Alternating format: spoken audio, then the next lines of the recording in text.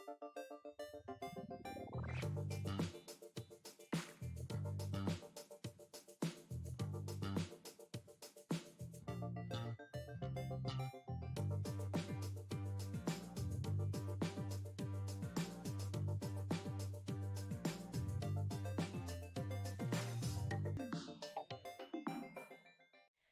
everyone and welcome to Gofore's GTalks webinar series, the first episode of the year.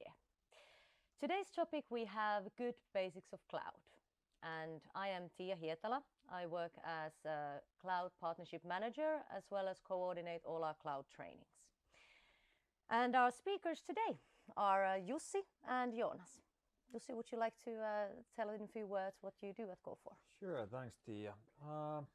I've been working at Gofore roughly 2 years now, and my role here is to lead our cloud and continuous services business. And before joining the Gofore group, I've been working in ICT business for roughly 20 years or so in different positions. Last 15 or so years in the enterprise field in Finnish big corporations. Great, thank you. And how about you, Jonas? Yeah, hi, Jonas Vuorola, Head of ICT Infrastructure Consulting here at Gofore. Our team helps our customers with modernizing their IT environments, cloud strategies, cloud governance models and such. Great, thank you. Thank you both for coming here today. Thanks. Let's have a closer look at our topics today. So the contents of the webinar is roughly divided into these 3 main areas. So first we discuss what are cloud services. We also discuss the benefits of them. Then we move on to discuss the vision and strategy and the importance of these. Along with vision and strategy, it's also important to discuss governance model and what that means. After this, we will move on to sharing some experiences from the field. Jussi and Jonas have worked in multiple cloud projects, and we will hear their experiences from the client side. After this, we will move on to the third stage of the cloud road, which is creating cloud foundation. How to create a good and solid cloud foundation, and also how to choose a suitable service provider. And in the end, we will have a Q&A session, so do hold your questions all the way till the end and we will take those then. So let's get started. Cloud service modules, what are these, Jussi? Well, that's a good question. I think many organizations and colleagues of mine are probably thinking that everybody is in the cloud already, and all persons globally know what cloud actually means. But based on a study that we actually made together with AWS shows that 58% of the clients that we interviewed here in Finland, both society side and also private sector, are saying that even the basic ideas and concepts of cloud are still a bit blurry, which is kind of an interesting finding, so to speak. So I think we've all stumbled to these acronyms of infrastructure as a service, platform as a service, and software as a service, but it seems that it's still a bit hard to identify that which is which and what do they actually mean. I guess we all know that for running any digital service or application, you always need computers, right? You need storage, you need network setup, you need personnel to operate them, and you need data centers where all these bits and pieces are actually living. Now, cloud is basically an idea of thinking that which layer are you yourself willing to manage and control. Are you interested in managing, for example, hardware and operating systems? Do you understand and want to control the so-called middleware applications like databases, for example? Or are you in a situation that you would actually like to leave all of this to somebody else, like third party? And this is basically how the 3 layers of these service models is built. So infrastructure as a service is kind of it's offering pieces to your puzzle where you can select the computing resources you like, the storage resources that you like, build a network around them, arrange connectivity, and then kind of build your own ICT architecture that is serving some purpose and providing customer value. Now, when you go one step further, we are talking about platforms as a service. There you already have some sort of a middleware software included, like databases that I mentioned earlier, that somebody else is now controlling the hardware, networks, electricity, and even the software that you can then use for building your own solutions. These both low-level services are basically something that are typically seen as a technical expert work still. So you need administrators, architects, specialists who they know how to build and operate these layers. Then on the pyramid that you typically see, the topmost item is software as a service. Right. And there the idea, of course, is that now somebody is handling your hardware, all your software layers, and they are offering some platform to you ready-made, where you in a simplest model simply create an account and start using the service. So that's the basic idea of software as a service. But of course that market is quite big and wide, and you actually have hundreds, if not thousands, of different software as a services available on the market. And there you can find very large ones, small ones, mature ones, and not so mature ones. And I guess it's easy to identify the kind of biggest players and well-known players from the market, like Salesforce or Workday for running your HR processes. But it's good to understand that on a larger scale, if you want to run more complicated business processes in SaaS model, you typically need to also then migrate your existing data, think about, for example, integrations to different applications and services and so on. So SaaS is, you can think that it's fairly easy to take into use, but then on wider scale, of course, you end up also finding complexity also from the SaaS world. So would you say that there is something for every need, depending on the organization's need? There is something for everyone. There is definitely, and even the lower level models like infrastructure and platform as a service, the offering is very wide. You have hundreds of different services that you can choose from. So all the public cloud platform providers like AWS, Microsoft Azure, and Google Cloud Platform, they are offering roughly 200 different services each that you can use for building your own digital service. Now, what would you say that are the benefits of the cloud platforms then, or why to move into cloud? Why to go to cloud? Yes. Well, first of all, of course, like mentioned earlier, if you don't want to, you don't have the competencies, you don't have the personnel, you don't even have any specific needs that you would need to build something your own. Why then start doing it if you can find ready-made suitable SaaS services from the market that you can utilize? Actually, you can easily build up a mid-sized business by using SaaS only today. Okay. Pick up your HR system, your finance system, and so on, and you have what businesses typically need for running them. But then the benefits for then moving the other stuff, like you always, let's say that in a bigger enterprise, for example, you have hundreds of different applications that are in very different stages of their life cycle. You have systems running from the late 80s until now and everything between. And for some of them, it might be beneficial to transform them to cloud platform. And the benefits you find from cloud is that first of all, you are paying for what you use. So all the capacity that you are running, you are only paying for it if you have built your cloud environment right. Another thing that is quite obvious is scalability. You can scale horizontally, vertically, almost endlessly, I would say. You wouldn't have any limits of how much data can you store in cloud platform, or how many application instances do you need to build up in cloud.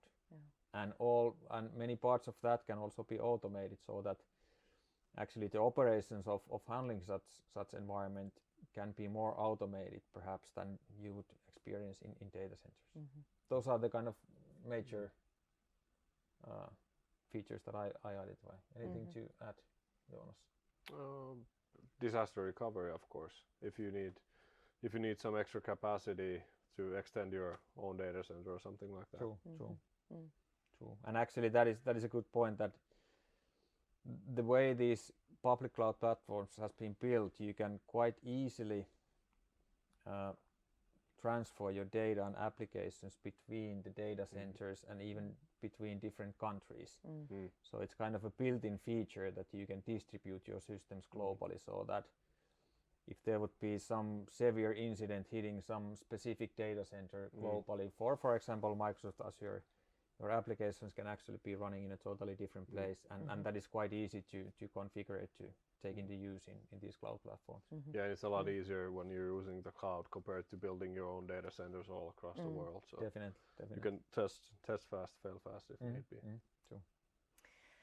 Okay, so how do they get started then? If we want to get into cloud, then how do we leverage the cloud platforms? Obviously, vision and strategy are important. So how would you go about with those? Yeah, I think you should start with a vision, because that's basically the reasoning behind why you're doing something, isn't it?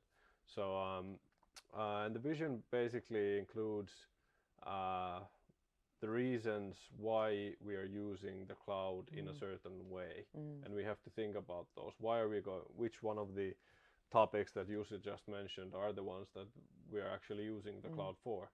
And after you've created a vision, you should create a strategy on how you're going to actually do that. What services are you going to use?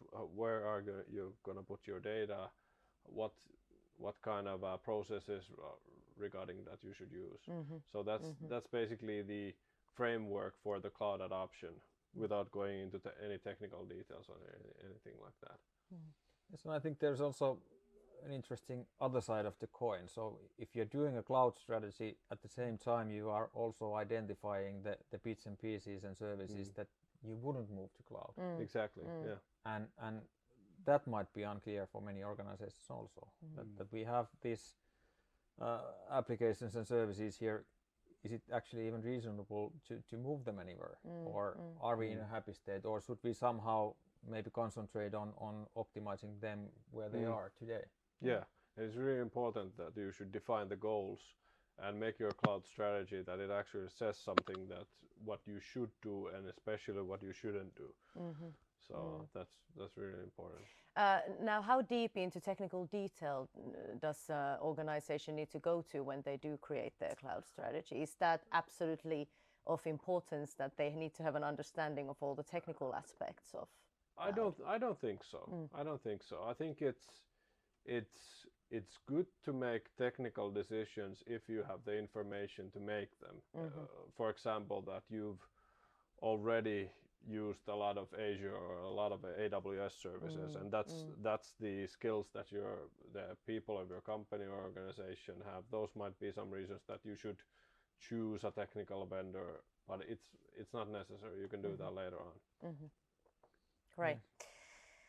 Okay, so now we discussed vision and strategy. So let's discuss cloud governance model. What does that mean, and why does an organization need one? It's basically you're drawing the lines of a sandbox. What controls and processes you're implementing when you're using the cloud?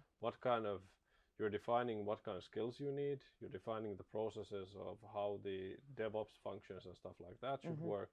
And you're also setting guidelines on how to procure the services, the cloud services, and also going into details about cost optimization and stuff. So basically all the guidelines on how your organization is going to use the cloud. Right. Yeah. And of course there's a lot that you can also reuse. So for example, if your operations for running any ICT environment are on a mature level already, you are probably using ITS and practicalities, ITIL library and those processes, and some of that stuff is still something that you would need in cloud also. But it's more about redefining, for example, roles and responsibilities, and And competencies is of course one thing. So if your existing operations are optimized for running data centers only, it is some new skill sets and thinking that you really need to utilize cloud in efficient way. What about the technical aspect of this as well? Would that also, would you need to have the knowledge on the sort of technical aspects of the cloud and include those in the governance model as well?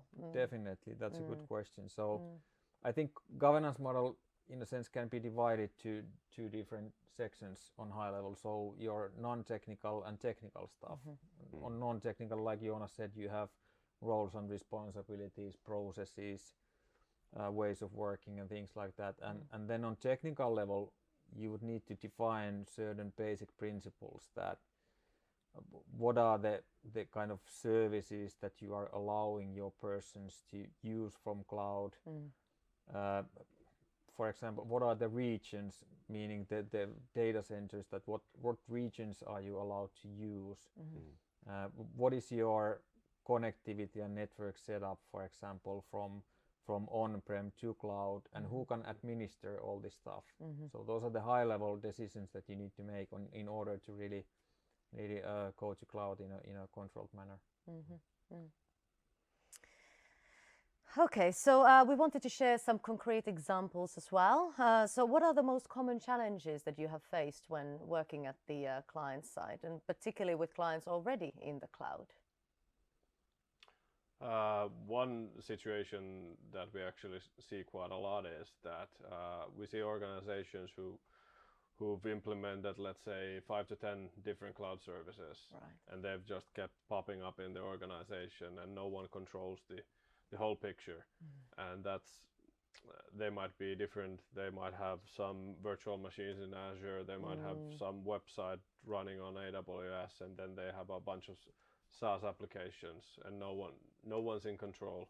So those are the situations where we come in to help, and let's see how we can develop a concrete procurement model and stuff like that. I guess the worst situation that you don't really know. You don't know that are we already in cloud, or you know that there are some projects running in the cloud, but you are not actually sure that how are we running them, and what is the security, for example, built into them. And then I guess one of the surprises is also that it's so easy to go to cloud, and it's so fast to deploy stuff there, that to some organizations it's then kind of a spoiler that you still need to manage it somehow. You need to think about your backups and operations, and even if you are on the lowest level, like the infrastructure services, operating system patching, it's not automated, for example.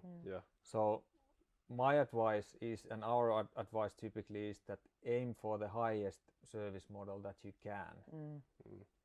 If you don't need to build everything by yourself, try to aim a bit higher so that you can get really the benefits from the cloud.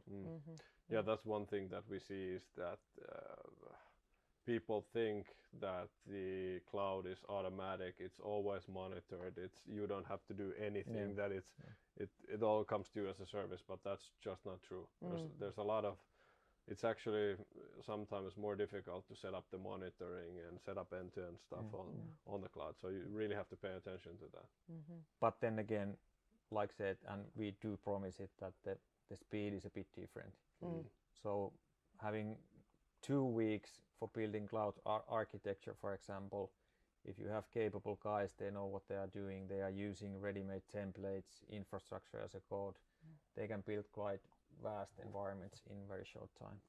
So there are benefits in a way of being able to set up your business in cloud very fast, but on the other hand, if you sort of do it a bit too fast and too enthusiastically, then there might be a bit more sort of bumps in the way along the way. And especially if you are like pulling the handbrake that let's not do anything, then you might end up in a situation that somebody actually still did, or you bought a project from your partner who actually is always working in cloud, and that is their typical way of working, and that's where they will. You might not even know. Yeah, true. So what if a business is already in the cloud? Should there be some sort of a period where they should look back and sort of check where they are and if they're really doing things to the best possible way? I mean, it's in a way a moving target, you know. Perhaps sometimes you need fresh eyes. Would this be something that you would advise on? Well, from governance perspective, definitely. It's never too late. Even clarifying your vision and strategy, that why are we doing this? Especially if you are in a situation that you have, like Joona said, one project here and another there. Why not stop for a minute and kind of try to clarify that, hey, what are we doing next, and how much are we going to expand, and why? What are the drivers for us? Yeah, and I think you need to constantly evolve and update your methodologies and processes and stuff like that, because the speed of change is really fast, True. So you have to constantly see how you're doing things and improve. And the needs of the organizations also change. So it would be silly to think that the one model would work like till the end of time, essentially. And our recommendation, of course, is to try to move along this path. That think about it first, build a solid platform and foundation for your cloud, and then start expanding. But if you are in a situation that it's you are there already, don't worry, we can fix it later also. And that is actually something that we have like example projects from that. Don't get me wrong, but sometimes, for example, development teams who don't actually know the best practices of cloud may end up building an architecture that is not maybe cloud optimized. Right. They have probably selected wrong services to some places from the PaaS track or serverless stack.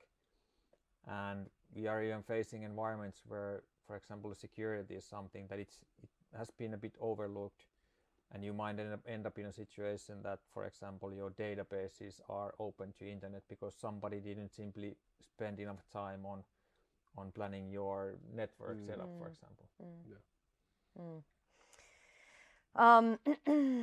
I'd like to also then move on to discuss the cloud foundation, on how to set up a solid and a good cloud foundation. Yeah, well, for that, the example that we use and even some of the cloud platform providers, actually Microsoft is using the same. So foundation is basically what you would expect to have when you are starting to build a house. So you have a good solid foundation where certain items like electricity and plumbing and are kind of prefigured and designed before building the walls and going to up your skyscraper, and that is simply because of some of those things it's a lot easier to implement them well in start, and those are not the items that are constantly changing, like putting in place things like account or subscription management. How are those going to be structured? It gives you a clearer picture for the future for managing the whole. Network setup, like mentioned earlier, how do you segment your networks? Where do you have your databases? Where do you have your internet and customer facing applications? And are those structured in a way that they can be easily found and logically managed? And then, of course, user and authentication management, for example, very important topic, and not only from security perspective but also from the perspective that your operations and further development would be efficient.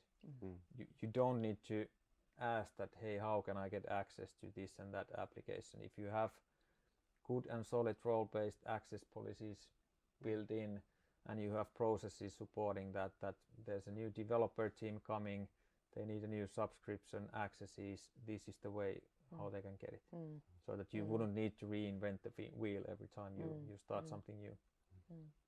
That's right.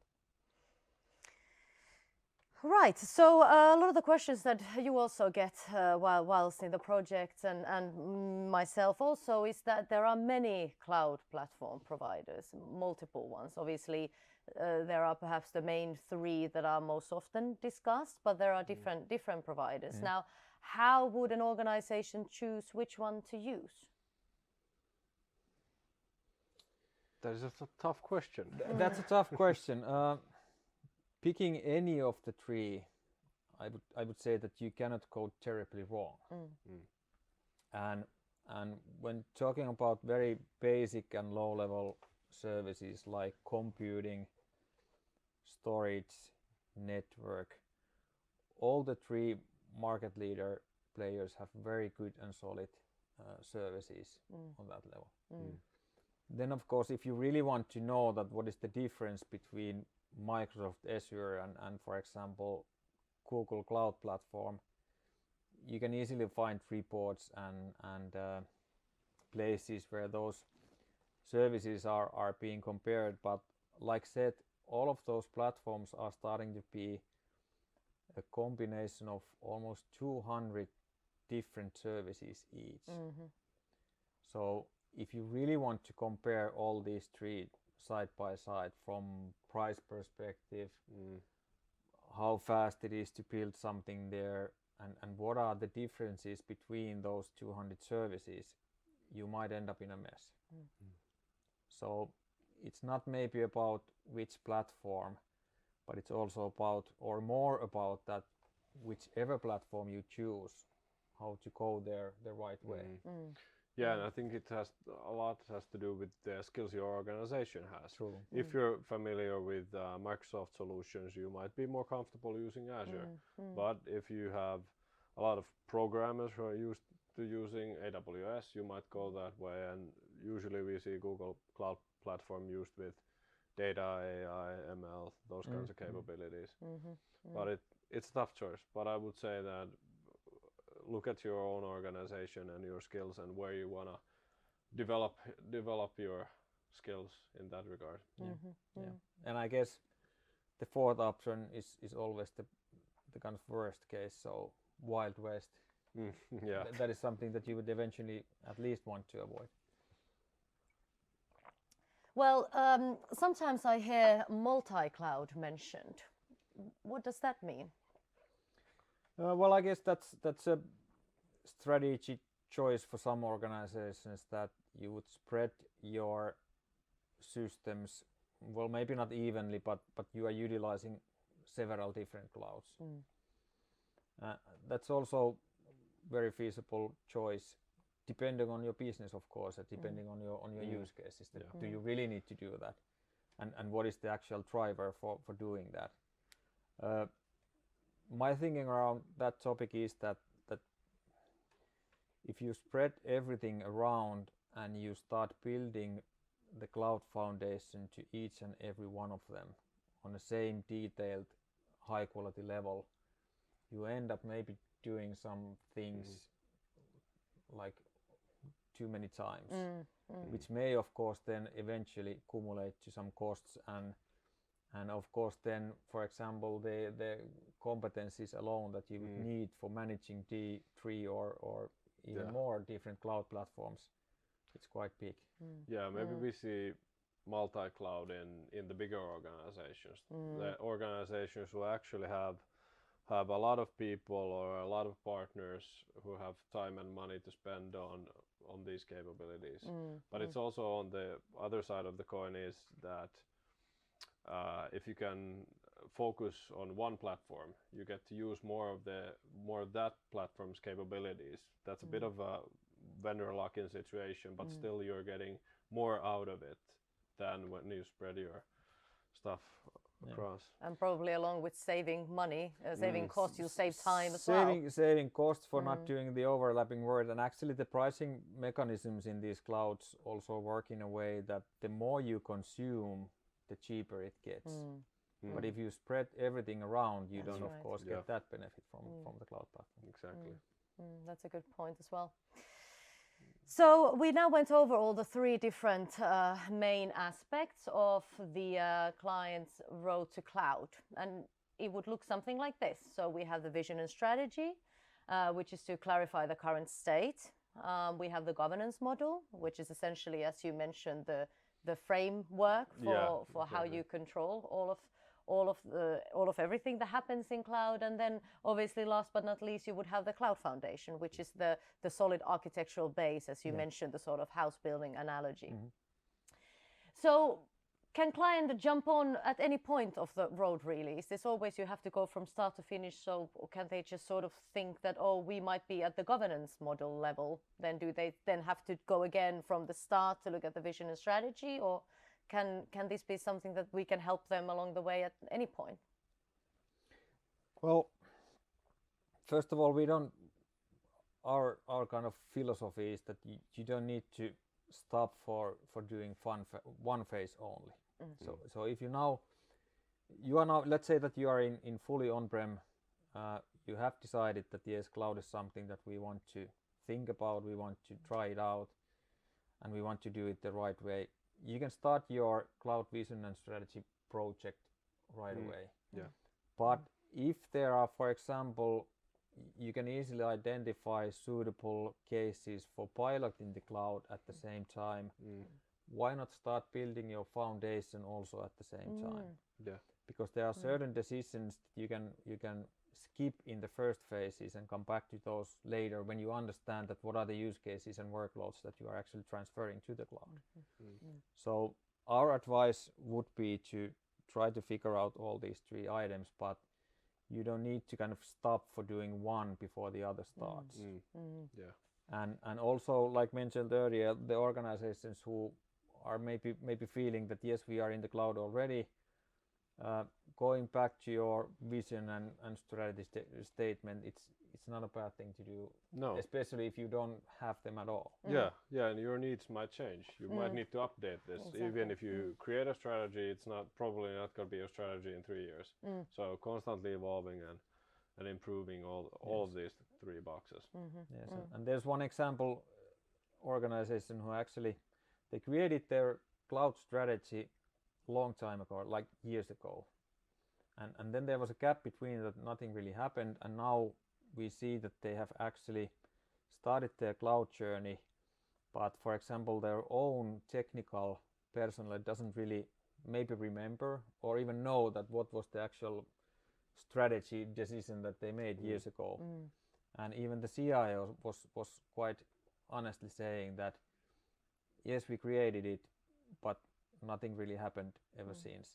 So like in any strategy work, it's not that you write a document, it's really about communicating it and bringing all the relevant parties and stakeholders to the same table so that you have a common goal, that what are we trying to achieve and how. For the commitment to it as well. You mentioned about this client, but would be nice to hear, perhaps you would like to share one story of a project or something that you've done with client that you particularly enjoyed, obviously done with Gofore. Yeah, I have to say the Icelandic ministries over there, that we've been creating cloud strategy for the Icelandic people, and it's just been really interesting. Get to know some really nice people and understanding smaller countries' skills and capabilities regarding cloud and how they're going to implement it, and a totally different market from Finland. So I guess that's been really great. And obviously the population of Iceland is roughly the size of an Espoo. Yes, here in Finland. Exactly. Yes, so it's a different ball game. It's been fun. But that sounds great. The government of Iceland. How about you, Jussi? Well, I enjoy following on the projects where we are actually producing real customer value by utilizing cloud and also new ways of working. It's not only about technology, but if you take the technology, you understand what is the customer's actual problem or challenge. For example, we have few cases where they are doing product development, and they felt that the development cycles of renewing their product was too slow. And what we actually did, we introduced DevOps practicalities, meaning it's not only about technology really, it's a cultural thing. You need to think about your product creation process totally different way.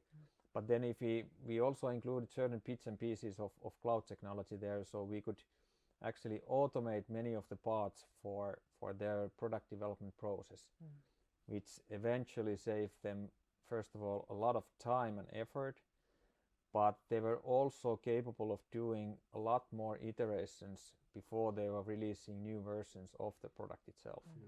So you can possibly squeeze in new features more often, and also ensure that the quality what you are doing is actually getting higher, while you are also saving on resources and manpower. That sounds very interesting. It is. And I guess you could read more about our cloud cases on the gofore.com website. Yes, as definitely. well. Yeah. Great. So thank you for your time and expertise, and thank you for participating in this webinar.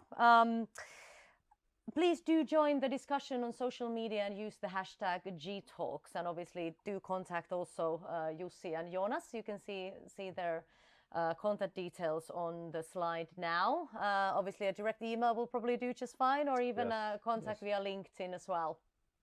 And as said before, do read more about our cloud business at gofore.com/cloud. We will have more GTalks webinars coming up this spring, and our next one will be in April, the 23rd of April. And the topic will be the DevOps method and how it can be used to build a sustainable value creation culture.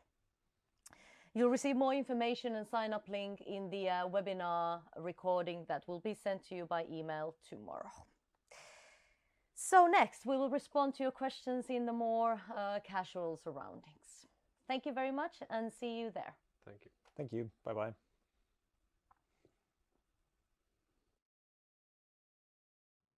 Are we online? Jussi, Jonas? Hey. Hello, here we are. Great. So, as promised, we will take the Q&A now in a slightly more informal settings, as it seems that we're all at home. So welcome here. Obviously, just now we went over some of the cloud service models in the webinar. We discussed a little bit about the cloud benefits. We also went over some talks about vision and strategy, discussed the importance of the governance model, and also how to create a good and solid cloud foundation. And obviously, a few examples of actual concrete examples from the field, from the client project as well. So welcome everyone here, and now is your chance to ask more questions from our experts Jussi and Jonas. While we wait, what we could do is to go over the questions that were asked during sign up. So we received some questions at the same time as people signed up for the webinar. So if you just give me 2 seconds and I will look those up for us now. So feasibility of implementing MES and MRPs in cloud systems to manage high frequency industrial processes. Very low latency is required instead of using on-premise servers. Maybe I can try to answer that one. I think there are a lot of questions related to that setup. First of all, if this is somehow related to, for example, IoT data or something that you are maybe gathering data more locally, and the situation might occur that you somehow lose, for example, internet connection, which obviously is typically needed for transferring the data to cloud and also, of course, analyzing it there. What I've experienced is that typically you would need some sort of a buffering or queuing mechanism where the data is being collected. And that is to ensure that if you have any connectivity problems while transferring the data, you then simply queue or buffer the data locally. And once the connection has been established again, you can then start the transfer. Thank you. So let's move on to the next question. How to prepare for a situation where the cloud is not available? I actually wrote a small posting about that to LinkedIn yesterday. It's kind of basic concept in any cloud, meaning AWS, Microsoft Azure, and also Google Cloud, that you can quite easily design your architecture in a way where you are distributing the workloads and data between different zones. And zone is basically a physical data center located in specific global area, which is typically referred as a region. And like you can spread your data and workloads between zones within one location globally, you can also then distribute it between regions, which typically gives you pretty high service level availability already. I think we are talking about how many nines in practice for if you would then distribute your load between zones and regions. But I believe in that question there was also a link to a Google incident that actually took place last year, and it was a good example of how still the whole platform, even though Google has data centers in various regions, they have several zones within the regions, but that specific incident was actually hitting their global authentication service. And I think the root cause, which is actually available from Google directly, was related to funny funny case, because I think this shouldn't be a problem anywhere anymore during 2021 or 2020, that you run out of disk space. But that was actually the root cause for that specific incident, that they run out of disk space in very critical service that was actually handling the authentication services for all global regions. So things may happen, but this is how you typically would prepare for them in cloud. So you would distribute your data and applications between zones and regions. And also this recent accident that also happened, I believe the Gmail went down and multiple other servers went down for approximately an hour. Is that correct? So considering that they all went down for an hour, it was brought up pretty quickly in the end anyway. True. And sometimes these are related also to physical incidents, like some network connection is physically fire or some else construction work that may cause these type of incidents. Of course, the same thing can happen also on your on-prem data center environment, but of course, if you are in on-prem, then you have maybe a bit more limited possibilities to distribute your applications and data across multiple data centers. And what these public cloud platform providers are also providing is, of course, dedicated and isolated network, which is used for transferring the data between the regions. Something that you wouldn't typically see in a maybe data center on-prem provider, because they don't have global centrally managed network setup for their customers. Yeah, I think Jussi pretty much covered that. Thank you. Let's move on to the next question that was asked when signing up. When planning a transition to the cloud, what is a good approach? The necessary budget calculations for its use. What kind of functions or services are currently profitable to move to the cloud, and which ones are typically still too expensive in terms of cost effectiveness? Jussi, want to take it? Quite a lot. Well, it's a big question. Yes, we can move it in parts. Yeah. Well, I guess the simple answer is that you can calculate everything.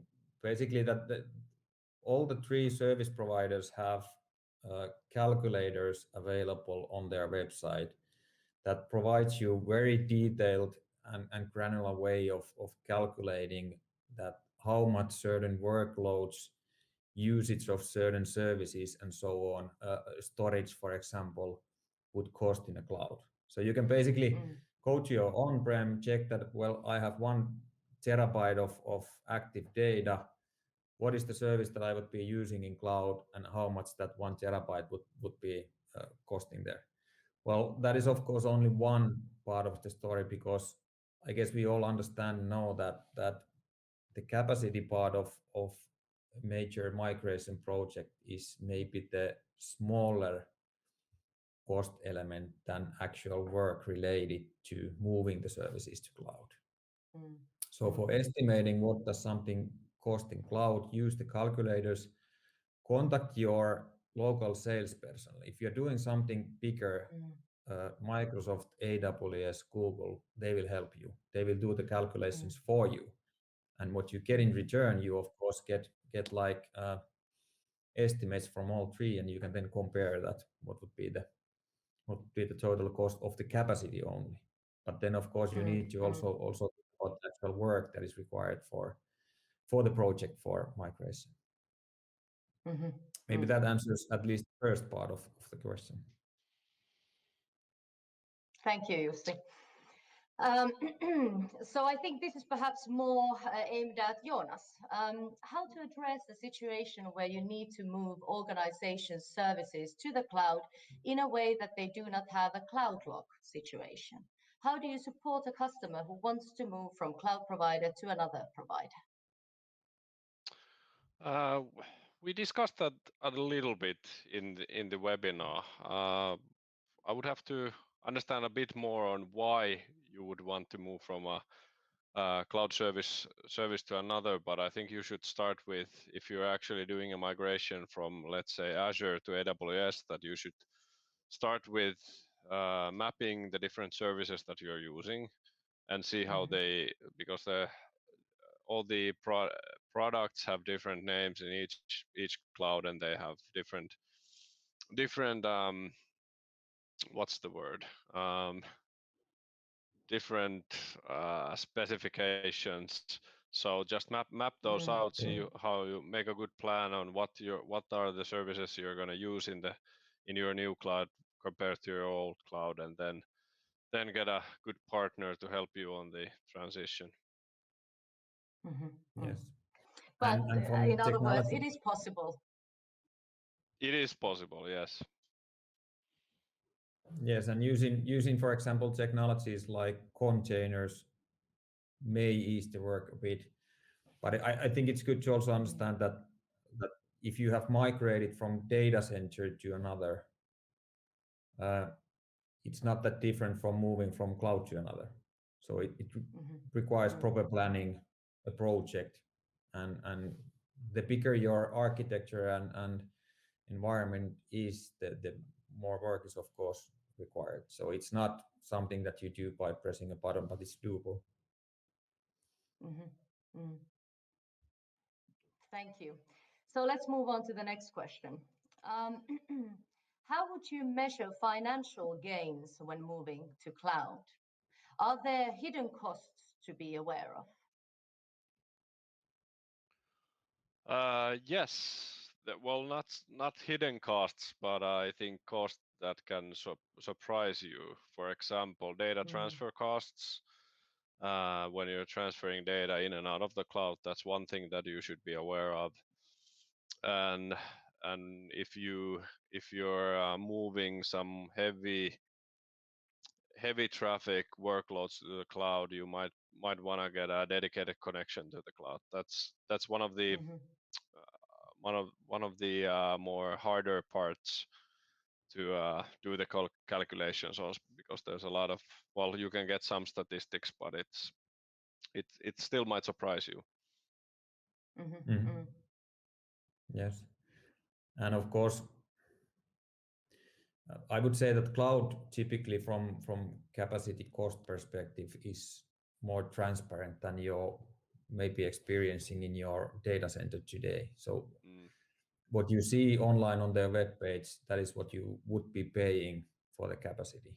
So everything is visible, transparent, and you can plan based on that information.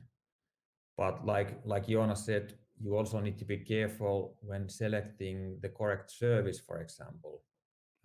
Let's take an example of data storage.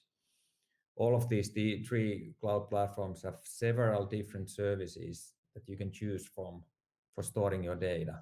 And you need to be careful for when selecting the services so that you pick the correct service for your use and your use cases. So there are typically like for example, the disk space for very passive data is typically the most cheap, the cheapest option. And then if your application is very IO extensive, for example, that you need to do a lot of reads and writes, then you need to select a proper service for that specific use case. So there you need to be careful when selecting where you are migrating to, because that affects also the costs. And of course, the other promise that cloud is also giving is that you are paying for what you are using, but all the applications that you would be moving to cloud are not, of course, ready for such usage from architecture perspective. So they don't scale up and down automatically. You need to build that feature when you are moving to the cloud. And from my experience, majority of the cloud providers actually provide you a certain tool online where you can follow these, the usability, the scalability, and the costs all the time. So obviously this helps to make better decisions as well, whether to sort of move it up or down. Yeah, there are actually books available for managing your costs in cloud and doing cost optimization. And of course, professional help is also something that you need to consider if you have a bit bigger environment. If you recommend books too much, you're essentially talking us out of our jobs at some point, you'll see. So I think a partner could also help with this. Well, I actually quite recently read a book from O'Reilly about cloud FinOps, and it's a great book, but it's quite high level, so it doesn't actually dig down to any of the specific services as such. And it kind of combines all the three platforms to one and talks all about the issues in very high level. So definitely you need to understand that how certain cloud works and what are your workloads and how that can be optimized. Great, thank you. Another question. I would like to know more about Iceland experience. We in Japan have very few experience about cloud applications in government. That's nice to hear. That's probably why we need to make a good reference article on that, and of course with the Icelandic government's permission, of course, but we will definitely get on that and share more information about that, because it's really interesting, and it would be really interesting to talk more about the Japanese market as well. Do you have perhaps any tips to share at this point about what sort of, I guess, lessons learned from the Icelandic government case, or anything that might be? I mean, is it difficult to take a government into cloud in the first place? Yeah, I think we had some questions along those lines as well. Well, of course, with the government and public institutions, it's usually there's a lot of things that are more strict, like procurement and of course data security. Well, data security should be important everywhere, but still there's a lot of procurement related things that if you're procuring cloud services for a wide range of government entities or organizations, you need to figure out how you're going to do that. And of course, with data security, it depends on, I don't have any idea about the data privacy regulations in Japan, for example, but those play a part in it as well. That where is your data located, what kind of data can you move to the cloud, and how are you supposed to deal with that data. So it could also be a country specific thing. It's somewhat well. country specific. I think the best practices are all the same, but then you have to kind of pick the right ones for you. Yes, and actually in Finland we are in quite happy situation because we have a lot of guidance available, instructions available, and even clear policies in place that how can you move to cloud, why should you go there, and what are specifically for government organizations, what are the security level definitions for your data, for example, that you can or cannot move to cloud. For example, Ministry of Finance in Finland is providing such information where we are also helping them in defining these policies. Yeah. Defining a data classification model is one of the first things that you should think about. Thank you. How common is cloud usage in public sector and by government entities across the countries, considering legislational issues, etc.? I would say that one of the most used services across all countries seem to be the big SaaS platforms, Microsoft 365, G Suite, and those kinds of things. That's pretty. I would say from the countries that we've been dealing with, that's pretty universal. That they have these are services that they're using, or these are the services that they are going to use. But I think that's just the first wave. After that, we get to the infrastructure as a service and platform as a service types of things. And I would say that if you think of the big three cloud vendors, Azure, AWS, and Google Cloud Platform, there's no clear picture on which one is used more in certain countries, I would say. Yes, and in Finland, I think we have good examples of even big organizations that has been utilizing cloud platforms for quite some time, and they have gone through all the questions that were already in the previous question. That what is your data security definition? What can you move to cloud? How, when, why should you go there? And we are doing a lot of cooperation, for example, in Nordics, where the experiences from Finnish public sector seems to be raising quite high interest, even for example in Sweden and Northern Europe. So I think there are countries that are lacking a bit, and then there are these brave front runners like Finland, perhaps that have been utilizing cloud and are starting to understand better that how to do it safely and what kind of services you should and could move to cloud. So would you say that the use of cloud in the Finnish public sector could be used as a good example to perhaps other governments, obviously depending on their data protection regulations and other legislations, but sort of in general, it could be perhaps a good example. I would Well, say at so. least what we are, yeah, and what we are promoting is that there would actually at least be active dialogue, sharing the experiences. We are doing that already inside Finland, but also cooperation between Nordic countries and European community countries, for example, would be very good start. Thank you. Speaking of downtimes, what types of service level agreements do cloud vendors usually provide?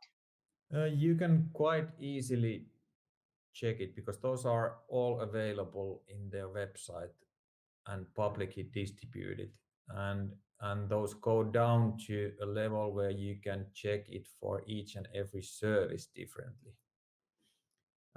There are quite interesting example cases, like for example S3 buckets, which is basically an object storage for any kind of data and information. I think AWS is promising that they will deliver 11 nines SLA for availability. So I don't even know how many seconds per year they are expecting it to be down, but that is what you get out of the box without doing any specific configuration. So those examples are quite interesting. But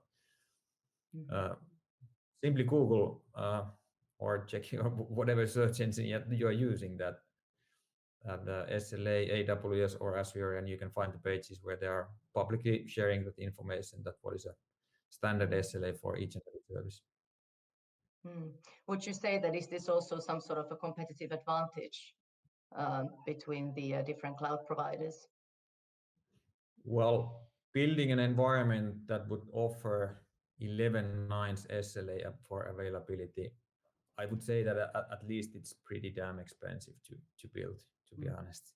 So yes, I would consider it to be advantage, but of course then it doesn't still provide you any means if, for example, a users would be doing something that you eventually end up in a situation that you delete data, for example. So you still need to think about, for example, your backup solutions and your disaster recovery plan still, even though the availability of a service would be on high level.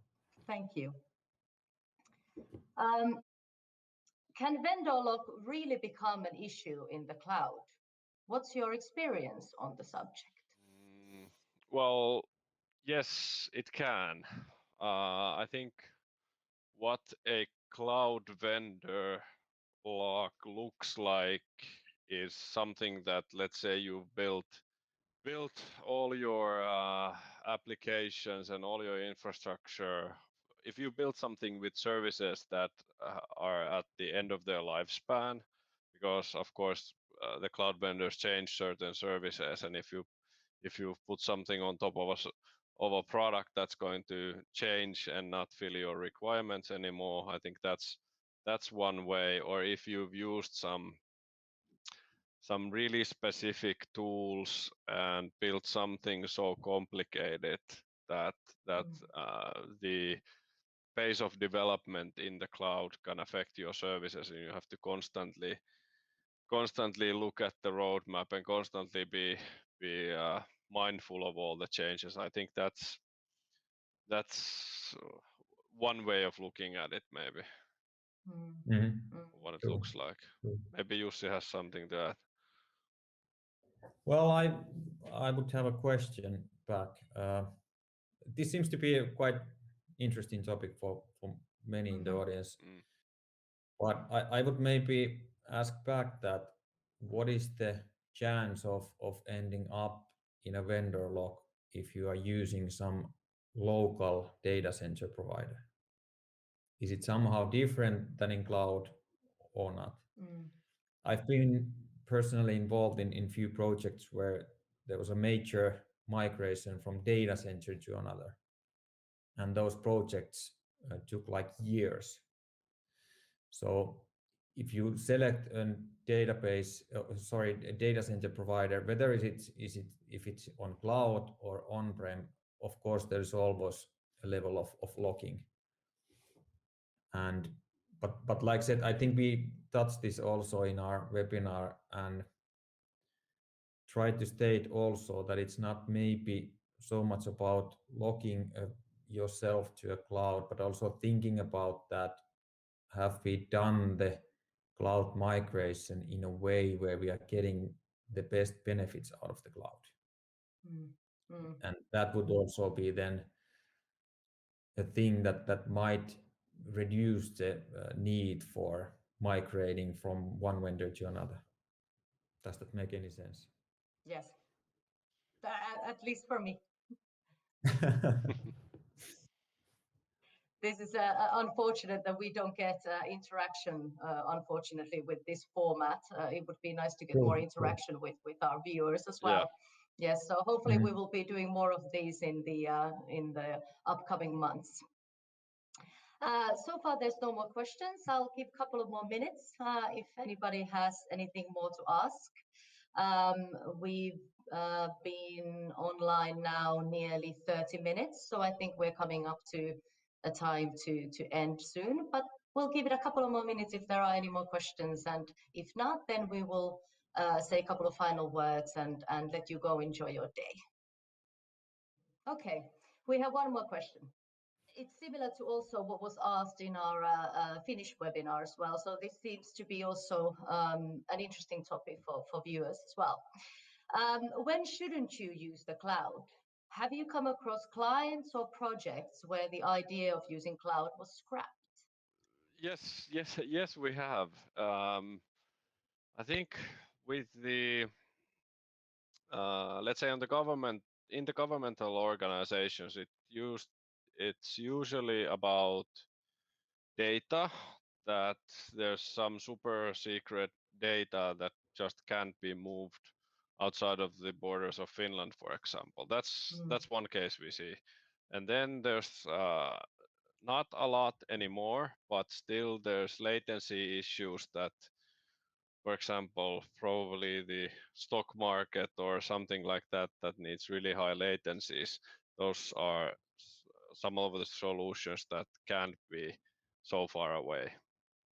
But it's usually with those kinds of things we see it as if you have databases and your solution, the application and the databases need to be in the same location. And that's what I can think of quickly. What about you, Jussi? Well, I think there are a lot of thousands of use cases that you will move your application or data to cloud. I'm sure there is always one easy example is for example manufacturing and factories.